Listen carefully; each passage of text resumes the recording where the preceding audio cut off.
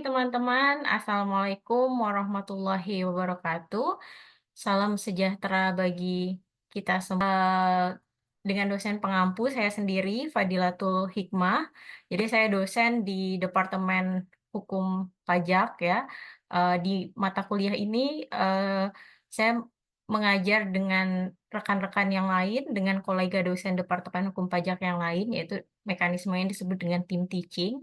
Dan kebetulan untuk pertemuan pertama ini, yaitu terkait dengan pengantar, saya mulai ya. Jadi tadi sudah disampaikan bahwa mata kuliah ini adalah mata kuliah sengketa tindak pidana pajak, dan pertemuan hari ini adalah pertemuan pengantar ya, pengantar sengketa dan tindak pidana pajak. Nah, di pertemuan pengantar ini, saya selaku dosen memiliki kewajiban untuk menjelaskan apa yang menjadi program dan kegiatan pembelajaran untuk mata kuliah STPP ini dalam satu semester ya. Nah, untuk soft file RPKPS itu teman-teman nanti bisa unggah sendiri, bisa akses di Seamaster eh, untuk khusus untuk mata kuliah STPP, dan termasuk juga nanti tugas ya, tugas juga itu nanti kita akan menggunakan Seamaster UGM. Apakah semuanya bisa menggunakan Seamaster? Mungkin kalau bisa dikasih jempol di ininya, dikasih emot jempol. Kalau misalnya ada yang apa belum paham atau ada kendala, segera diinfokan kepada saya ya, karena bahan bahan bacaan atau apapun itu materi terkait dengan mata kuliah ini, ujian juga nanti kita akan menggunakan mediasi master gitu. Jadi penting untuk di awal teman-teman menginfokan kalau misalnya ada kendala. Nah, baik. Jadi teman-teman, untuk mata kuliah eh, STPP ya, sengketa dan tindak pidana pajak, ini memiliki bobot 2 SKS, teman-teman. Jadi 2 SKS ini merupakan bobot mata kuliah konsentrasi ya, dan di Departemen Hukum Pajak sendiri mata kuliah STPP merupakan mata kuliah wajib konsentrasi. Kebetulan memang dari 5 mata kuliah konsentrasi yang ada di Departemen Hukum Pajak, itu kelima-limanya adalah mata kuliah wajib ya. Nah, kemudian untuk syarat mata kuliah syarat, apa sih yang menjadi syarat untuk bisa mengambil sengketa dan tindak pidana pajak ya? Nah, syaratnya itu teman-teman sudah mengambil mata kuliah hukum pajak ya. Nah, ini penting karena eh, materi atau apa namanya, kemampuan teman-teman nanti untuk bisa mengikuti mata kuliah STPP ini juga tergantung dengan pemahaman dasar mengenai hukum pajak gitu ya. Karena nanti ada materi terkait dengan misalnya kewajiban perpajakan gitu ya. Kemudian ada tentang pemeriksaan. Nah, ini semua kan materi-materi yang sudah teman-teman peroleh di mata kuliah hukum pajak. Meskipun tidak secara detail, pelaksanaan mata kuliah ini merupakan mata kuliah yang ditawarkan hanya pada semester gasal ya. Jadi ketika ditawarkan pada semester gasal, artinya teman-teman perlu untuk eh, mencatat kalau seumpama misalnya nanti, ya harapannya semuanya dapat nilainya bagus ya, dapat nilai A, jadi tidak harus mengulang. Tapi ini maksudnya just in case nanti ada ingin diulang gitu ya, maka kemudian ini hanya ditawarkan pada semester gasal gitu. Kemudian metode pembelajaran yang digunakan apa saja? Metode pembelajaran tentu tidak hanya ceramah satu arah, tapi ada metode yang lain seperti asinkronus. Asinkronus di sini maksudnya adalah kita akan menggunakan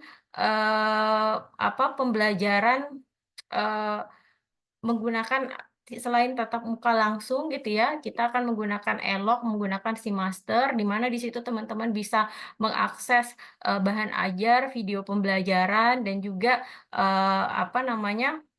diskusi gitu ya, juga bisa menggunakan asinkronus ini.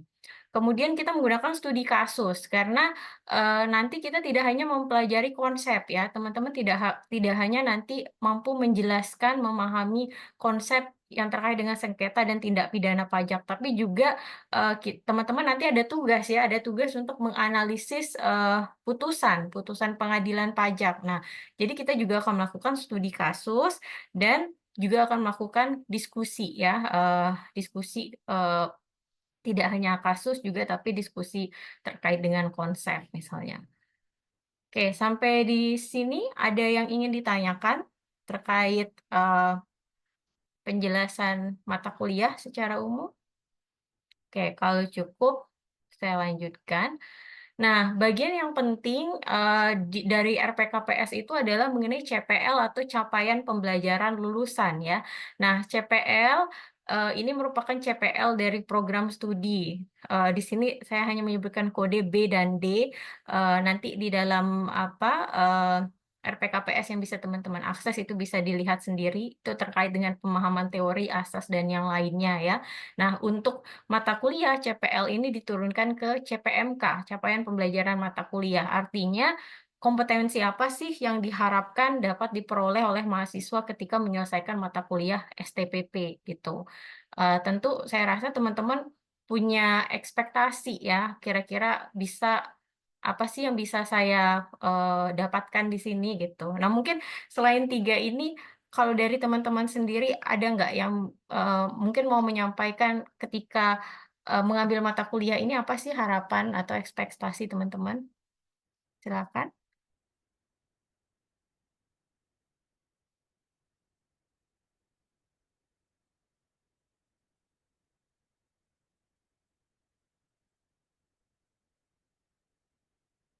monggo. Oke silakan Mbak Fairuz Elmehwar ya. Izin Mbak Lila dan teman-teman, untuk saya pribadi, saya ingin belajar banyak terkait cara analisis putusan dari kasus-kasus pengadilan pajak, dikarenakan ada faktor multidisciplinary approach yang tidak hanya mempertimbangkan hukum pajak, tapi juga pajak itu sendiri dan mungkin aspek-aspek ekonomi lainnya. Berhubung kita di sini latar belakangnya hukum pajak, terutama mungkin kita masih memerlukan bantuan dan bimbingan untuk mempertimbangkan faktor-faktor multidisiplinary yang lain. Kalau dari saya, itu saja Mbak Dila. Terima Iya. kasih. Bagus, terima kasih Mbak Fairuz ya. Senang sekali saya dengar bahwa ternyata ada mahasiswa yang semangat gitu ya tadi terkait dengan studi putusan gitu. Karena ya harapan saya sebagai dosen juga teman-teman tidak hanya paham konsep ya, tapi ketika misalnya nanti berhadapan dengan kasus real, teman-teman juga bisa memahami gitu, memahami tentang, seluk-beluk kasus itu sampai melakukan analisis kritis juga gitu. Ada tambahan mungkin satu lagi? Ada yang mau menyampaikan kira-kira apa, ekspektasinya untuk mata kuliah ini? Oke. Kalau tidak ada, berarti saya lanjutkan ya. Jadi betul yang tadi disampaikan Mbak Fairuz itu sebenarnya itu masuk di dalam, capaian pembelajaran mata kuliah. Jadi yang pertama itu mahasiswa diharapkan memahami dan menjelaskan ruang lingkup dari sengketa pajak. Jadi ini terkait dengan pemahaman konseptual dulu gitu ya.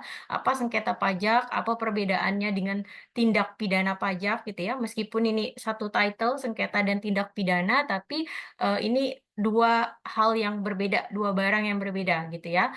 Kemudian juga nanti teman-teman diharapkan juga paham tentang forum penyelesaiannya gitu. Jadi kalau ada sengketa pajak itu diselesaikannya di mana saja gitu. Apakah hanya litigasi atau ada upaya atau mekanisme lain.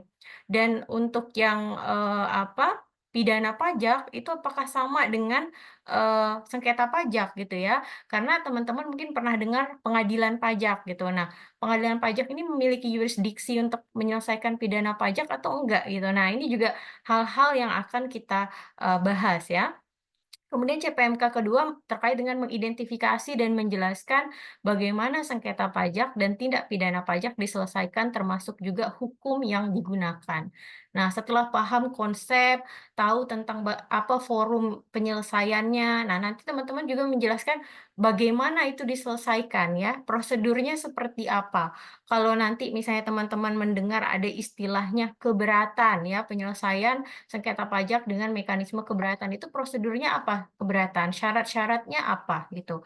Kemudian setelah keberatan, kalau misalnya wajib pajak tidak puas dengan keputusan keberatan, kemudian ada upaya hukum yang disebut sebagai banding gitu. Nah, ini banding juga bagaimana penyelesaiannya, prosedurnya seperti apa gitu ya. Apa saja yang perlu dipersiapkan oleh para pihak, khususnya wajib pajak, misalnya. Ini akan kita bahas di mata kuliah ini. Dan juga tindak pidana pajak, penyelesaian tindak pidana pajak seperti apa gitu. Karena eh, kalau ada pengadilan pajak tadi, tindak pidana pajak ini penyelesaiannya bukan melalui pengadilan pajak, teman-teman gitu ya, tapi melalui Badan Peradilan Umum gitu. Nah, ini juga hal-hal mendasar, basic gitu ya, yang penting nanti teman-teman untuk pahami. Meskipun pidana ini juga sengketa gitu ya, tapi beda maknanya kalau kita konteks hukum pajak dibedakan antara sengketa dan tidak pidana ini. Dan ketiga adalah menganalisis kasus. Nah, ini yang diharapkan oleh Mbak Fairuz dan mungkin juga teman-teman yang lain, menganalisis kasus yang berkaitan dengan penghindaran pajak dan penggelapan pajak gitu ya. Jadi saya khusus memilih dua ini penghindaran karena ada kaitannya teman-teman dengan perkembangan perpajakan internasional ya. Ada nanti kalau teman-teman baca ada istilah base erosion and profit shifting ya. Penggerusan basis pajak dan shifting ya, pengalihan keuntungan perpajakan. Nah, ini merupakan tantangan bagi negara berkembang, bagi negara gitu. Nah, ini juga bagaimana sih jenis kasusnya, seperti apa penyelesaiannya gitu kan. Apakah sudah adil atau tidak penyelesaiannya gitu. Nah, ini juga hal-hal nanti yang akan menarik akan kita bahas. Oke. Nah, materi untuk materi pembelajaran ini ada banyak sekali mulai dari pengantar sengketa pajak, tindak pidana pajak, kemudian juga kewajiban perpajakan gitu ya. Nah, kewajiban perpajakan dengan pemeriksaan pajak ini nanti bisa berbarengan dibahasnya. Kemudian tentang kapan timbulnya sengketa dan seperti apa tadi penyelesaiannya. Kemudian khusus untuk keberatan banding, ini ada yang lupa dimasukkan gugatan ya, ada juga gugatan peninjauan kembali itu akan kita bahas secara terpisah gitu ya, karena di masing-masing upaya hukum ini dia ada prosedurnya sendiri gitu, ada syarat-syaratnya sendiri. Nah, itu akan kita bahas terpisah. Kemudian ada terkait juga perlawanan wajib pajak gitu ya. Nanti ini dikaitkan dengan penghindaran pajak gitu ya. Ada namanya tax avoidance. Seperti apa sih tax avoidance dan sengketa yang berkaitan dengan tax avoidance gitu. Karena nanti dalam praktek teman-teman pernah akan mendengar gitu. Misalnya ada istilah transfer pricing. Ada pernah dengar sengketa transfer pricing? Nah, ini salah satu jenis sengketa nanti yang terkait dengan penghindaran pajak ya. Kemudian juga konsep pengaturan tentang tindak pidana pajak, sengketa di bidang perpajakan, pidana perpajakan, pemeriksaan bukti permulaan, dan juga penyidikan dan penuntutan tindak pidana pajak gitu. Nah, jadi ini kira-kira materi yang akan dibahas. Kemudian untuk bahan bacaan, teman-teman, jadi bahan bacaan ini yang saya masukkan di dalam slide ini adalah yang wajib ya. Nanti untuk bacaan yang sifatnya pilihan itu nanti dibaca sendiri di RPKPS gitu ya. Nah, untuk wajib itu tentunya peraturan perundang-undangan di bidang perpajakan. Di sini tidak saya masukkan karena ada banyak sekali gitu ya. Mulai dari Undang-Undang KUP, Ketentuan Umum dan Tata Cara Perpajakan, ada juga misalnya tentang Undang-Undang Pajak Penghasilan, PPN dan PPNBM, Undang-Undang Pengadilan Pajak, Undang-Undang Pemungutan Pajak dengan Surat Paksa, Undang-Undang apa yang sekarang pajak daerah dan retribusi daerah ya, perimbangan keuangan antara pemerintah pusat dan pajak daerah. Nah, semua peraturan-peraturan di bidang perpajakan ini tentu eh, penting untuk teman-teman baca. Nah, yang lainnya ada buku tentang hukum acara pengadilan pajak dan teori dan praktik. Kemudian ada Prof. Gunadi, ini bukunya baru ya, baru diterbitkan 2025, Pengadilan Administrasi Pajak, ini penting. Kemudian ada dari DDTC, teman-teman ya. DDTC ini adalah Tax Consultants Firm. bukunya tentang lembaga peradilan pajak dan juga tentang persetujuan penghindaran pajak berganda. Nah, yang lainnya itu ada OECD ya, OECD tentang Addressing Base Erosion and Profit Shifting, ada juga tentang hak dan kewajiban wajib pajak yang diterbitkan OECD dan DJP. Nah, sebelum masuk ke inti, ini cukup banyak ya di bagian NPKPS. Penilaian pembelajaran, teman-teman. Teman-teman itu nanti akan dinilai seperti apa? Ada dua jenis penilaian ya. Ada tugas individu dan juga ada ujian akhir semester. Nah, mata kuliah konsentrasi ini tadi karena ada CPMK khusus 3 itu, dan 3 itu akan dinilai melalui eh, penyusunan esai ya, esai analisis putusan pengadilan pajak tentang penghindaran pajak ini bobotnya 60%. Jadi besar. Tentu teman-teman perlu benar-benar mempersiapkan gitu ya.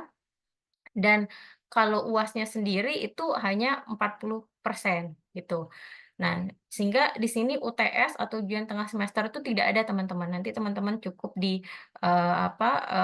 cukup mengumpulkan esai dan juga melakukan ujian akhir ya. Nah, untuk detail tentang berapa jumlah kata, seperti apa rubrik penilaian itu nanti bisa dibaca sendiri. Oke, baik. Nah, sekarang kita masuk eh, ke inti mata kuliah pengantar sengketa pajak gitu ya. Di sini beberapa hal yang akan kita pelajari adalah mengenai definisi dari sengketa pajak, kemudian juga apa yang menjadi scope atau ruang lingkup dari sengketa pajak, apa sih jenis-jenis dari sengketa pajak, dan bagaimana penyelesaian dan forum yang digunakan untuk menyelesaikan sengketa pajak. Nah, ini saya ada eh, Mentimeter, teman-teman bisa langsung saja. Masing-masing silahkan apa menurut teman-teman yang disebut sebagai sengketa pajak. Kalau tidak mau langsung disampaikan, bisa disebutkan di chat, silahkan.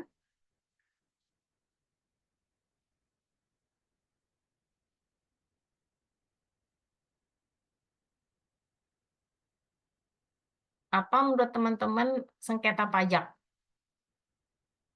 Satu kata, tapi atau beberapa atau kalimat juga boleh, silahkan. Ada yang mau menyampaikan langsung juga boleh. Sengketa pajak itu apa sih?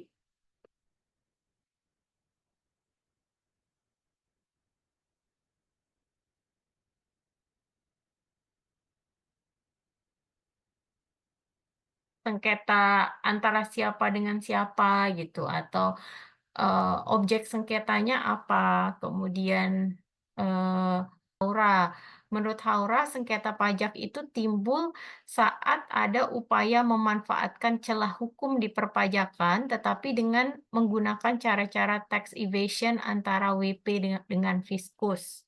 Oke, menarik sekali ini. Jadi Haura menekankan pada penggunaan pemanfaatan celah hukum ya. Kemudian juga ada istilah tax evasion, penggelapan pajak, dan para pihaknya di sini WP dan Fiskus. Kalau yang lain ada lagi, mungkin tambahan satu lagi atau dua lagi. Silakan. Terima kasih. Ada dari Aditya ya. Aditya memiliki pandangan sengketa itu perbedaan interpretasi atau perselisihan antara WP dan Fiskus. Oke. Kemudian ada Nurma, sengketa atau permasalahan pajak antara WP dan pemungut pajak. Oke, ya. Jadi terima kasih teman-teman atas partisipasinya. Jadi apa yang teman-teman sebutkan ini, oke ada satu lagi ya, mungkin satu lagi menurut Halida, sengketa pajak adalah perselisihan antara WP dan otoritas pajak yang timbul dalam pelaksanaan hak dan kewajiban perpajakan. Oke, luar biasa. Oke, jadi eh, teman-teman, saya senang sekali karena poin-poinnya itu beberapa sudah ada ya, seperti para pihaknya, kemudian kata-kata seperti perselisihan tadi ya, tapi kemudian ada juga kata-kata tentang memanfaatkan celah hukum misalnya gitu. Nah, ini juga menarik. Jadi sengketa pajak itu, teman-teman, bisa kita lihat definisinya ada dari pertama mungkin yang paling sering digunakan itu adalah Undang-Undang Nomor 14 Tahun 2002 tentang Pengadilan Pajak gitu. Nah, ini memang konteks sengketa pajaknya adalah sengketa yang diselesaikan di pengadilan pajak gitu ya. Jadi menurut undang-undang ini pasal 1 angka 5, sengketa pajak adalah sengketa yang timbul dalam bidang perpajakan antara WP atau wajib pajak dengan pejabat yang berwenang. Nah, di sini pejabat yang berwenang itu tadi ada yang menyebutkan ya, Fiskus ya, otoritas pajak gitu. Nah, otoritas pajak di Indonesia itu ada beberapa ya. Nah, ini tambahan dari saya, tidak ada dalam undang-undangnya ini.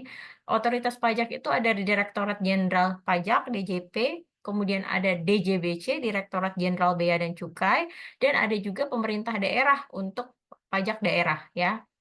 Nah, jadi kembali ke definisinya tadi, pejabat yang berwenang sebagai akibat dikeluarkannya keputusan yang dapat diajukan banding atau gugatan ke pengadilan pajak. Nah, artinya apa? Dasar wajib pajak itu bisa mengajukan banding atau mengajukan gugatan ke pengadilan pajak itu karena adanya keputusan BC maupun juga pemerintah daerah. Nah, ini definisi menurut Undang-Undang Pengadilan Pajak, teman-teman. Bagaimana dengan definisi OECD gitu ya? Jadi, eh, menurut definisi OECD, teman-teman, ini dia konteksnya lebih wide lagi gitu ya. Jadi menurut OECD, tax disputes arise when there is agreement between a taxpayer and a tax administration regarding the application or interpretation of tax law, including cases involving double taxation or treaty application. Nah, jadi sengketa pajak dalam definisi OECD itu adalah eh sorry, ini saya salah. Disagreement ya, harusnya saya typo ini. Disagreement. Jadi tadi udah ada yang menyinggung perselisihan gitu ya, perbedaan pendapat. Nah, para pihaknya siapa? Ada wajib pajak dan juga ada tax administration atau fiskus. Berkaitan dengan apa? Pengaplikasian atau interpretasi dari hukum pajak termasuk juga kasus-kasus yang berkaitan dengan pajak berganda, double taxation, atau juga pengaplikasian tax treaty atau perjanjian penghindaran pajak berganda. Gitu. Nah, ada juga definisi menurut Kamus Hukum DJP, teman-teman ya. Jadi menurut Kamus Hukum DJP, sengketa pajak merupakan perselisihan yang terjadi antara WP dan otoritas pajak mengenai hak dan kewajiban perpajakan, baik menyangkut perhitungan jumlah pajak terutang maupun pelaksanaan kewajiban lainnya. Nah, jadi di sini eh, kata-kata perselisihan itu diulang lagi ya. Nah, jadi itu salah satu apa komponen ya kalau mau memberikan definisi sengketa itu bahwa di sini tuh ada perselisihan.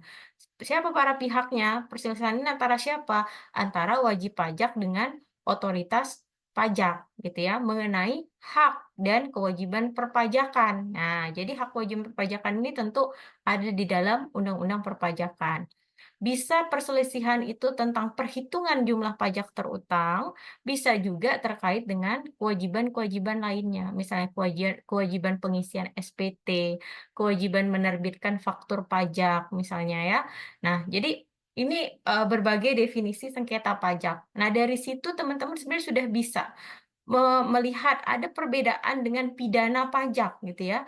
Karena pidana pajak ini tadi itu bukan perselisihan antara WP dan otoritas pajak, tapi karena adanya pelanggaran terhadap ketentuan pidana perpajakan yang dilakukan oleh wajib pajak gitu. Nah, itu pidana. Jadi itu yang membedakan atau em, apa namanya poin yang teman-teman bisa lihat membedakan sengketa dengan pidana pajak. Nah, kalau yang ini definisi saya sendiri tentang sengketa pajak gitu ya. Jadi sengketa pajak perselisihan antara WP dan otoritas pajak yang timbul sehubungan dengan baik itu penetapan pajak, pemungutan pajak atau pelaksanaan hak dan kewajiban perpajakan. Nah, sengketa ini muncul ketika para pihak tadi, baik itu WP maupun DJP, memiliki perbedaan penafsiran, atau bisa juga karena mereka tidak sepakat atas penerapan ketentuan pajak, baik itu aspek administrasinya, substansinya, maupun juga prosedurnya. Oke, sampai di sini, apakah ada pertanyaan mengenai eh, sengketa pajak definisinya? Sudah jelas ya? Nah, oke. Jadi ini apa namanya kita lanjutkan teman-teman terkait dengan ruang lingkup sengketa pajak teman-teman ya. Jadi eh, menurut saya ruang lingkup sengketa pajak ini menjadi hal yang penting juga untuk dipahami karena ketika nanti teman-teman membaca berita terkait dengan sengketa pajak misalnya atau membaca textbook, mungkin nanti teman-teman akan sedikit bingung gitu karena nanti teman-teman akan melihat ada sengketa banding, ada sengketa keberatan, ada sengketa peninjauan kembali. Bedakan sengketa itu dari ruang lingkupnya ini gitu. Jadi pertama kita bisa melihat ruang lingkup sengketa pajak dilihat dari jenis upaya hukumnya, hukum yang digunakan, dan bisa juga berdasarkan forum penyelesaian sengketanya, ya. Nah, jadi kalau kita melihat sengketa pajak berdasarkan upaya hukum, ya, jadi penyelesaian sengketa pajak itu dapat dilakukan melalui upaya administratif, teman-teman. Jadi ini administratif artinya bukan melalui pengadilan, gitu ya. Jadi upaya administratif ini adalah upaya keberatan yang diselesaikannya itu di Direktorat Jenderal Pajak atau di Direktorat Jenderal Bea dan Cukai atau misalnya di pemerintah daerah ya. Jadi ini belum masuk ke banding atau gugatan di pengadilan pajak, teman-teman. Kemudian ada juga sengketa banding. Sengketa banding itu apa? Sengketa banding itu adalah sengketa yang diajukan atas keputusan keberatan yang dikeluarkan oleh otoritas pajak. Nah, jadi tadi ada administratif ya. Nanti keputusan keberatan yang dihasilkan oleh pejabat tata usaha negara, dalam hal ini otoritas pajak, itu menjadi dasar untuk mengajukan banding ini tadi. Jadi misalnya ada namanya surat keputusan keberatan. Ya, surat keputusan keberatan itulah yang diajukan banding. Jadi surat keputusan keberatan atas ketetapan pajak kurang bayar atau ketetapan pajak lebih bayar, misalnya ya. Nah, itu banding. Nah, banding ini diselesaikannya di mana? Diselesaikannya itu di pengadilan pajak, teman-teman. Jadi di pengadilan pajak itu sengketa pajak yang bisa diselesaikan ada yang banding, ada juga gugatan. Nah, kalau banding ini nanti terkait dengan penetapan pajaknya gitu ya. Tapi kalau gugatan itu selain surat keputusan yang dihasilkan oleh pejabat administrasi negara, selain keputusan keberatan ya, misalnya terkait dengan upaya pemungutan pajak dengan surat paksa misalnya gitu ya. Jadi adanya kesalahan ketika pelaksanaan pemungutan pajak. Nah, itu bisa diajukan gugatan namanya sengketa gugatan. Nah, terakhir ada sengketa peninjauan kembali. Nah, sengketa peninjauan kembali ini adalah sengketa yang diselesaikan di mana di Mahkamah Agung. Nah, jadi sebenarnya sengketa banding itu teman-teman itu sifatnya sudah ke Mahkamah Agung. Jadi baik Direktorat Jenderal Pajak atau wajib pajak bisa mengajukan peninjauan kembali ke Mahkamah Agung. Itu namanya sengketa peninjauan kembali. Nah, jadi dari sini kan teman-teman bisa melihat ya perbedaan kalau administratif itu di mana, banding di mana, gugatan di mana, PK di mana gitu ya. Dan dasar pengajuan apa namanya masing-masing sengketa ini apa. Kalau yang sengketa PK tadi itu dasarnya adalah putusan pengadilan pajak ya. Nah, ruang lingkup berdasarkan sumber hukum dan juga berdasarkan forum penyelesaian sengketa. Saya juga sudah menyediakan kuis melalui Master. Nanti teman-teman bisa akses gitu ya. Dari kuis itu nanti saya bisa melihat bagaimana pemahaman teman-teman tentang materi yang sudah disampaikan tadi gitu ya. Dan juga di kuis tersebut atau di forum yang ada di Master, teman-teman ada juga kesempatan untuk teman-teman untuk menanyakan apabila ada hal-hal yang masih belum jelas begitu. Oke, sampai di sini. Terakhir saya buka lagi kesempatan. Masih ada yang ingin ditanyakan atau tidak? Baik itu tentang materi atau tugasnya. Terima kasih banyak teman-teman atas kehadirannya. Insya Allah kita akan bertemu kembali di pertemuan minggu depan ya, di setiap hari Jumat pukul 9 pagi. Terima kasih. Wassalamualaikum warahmatullahi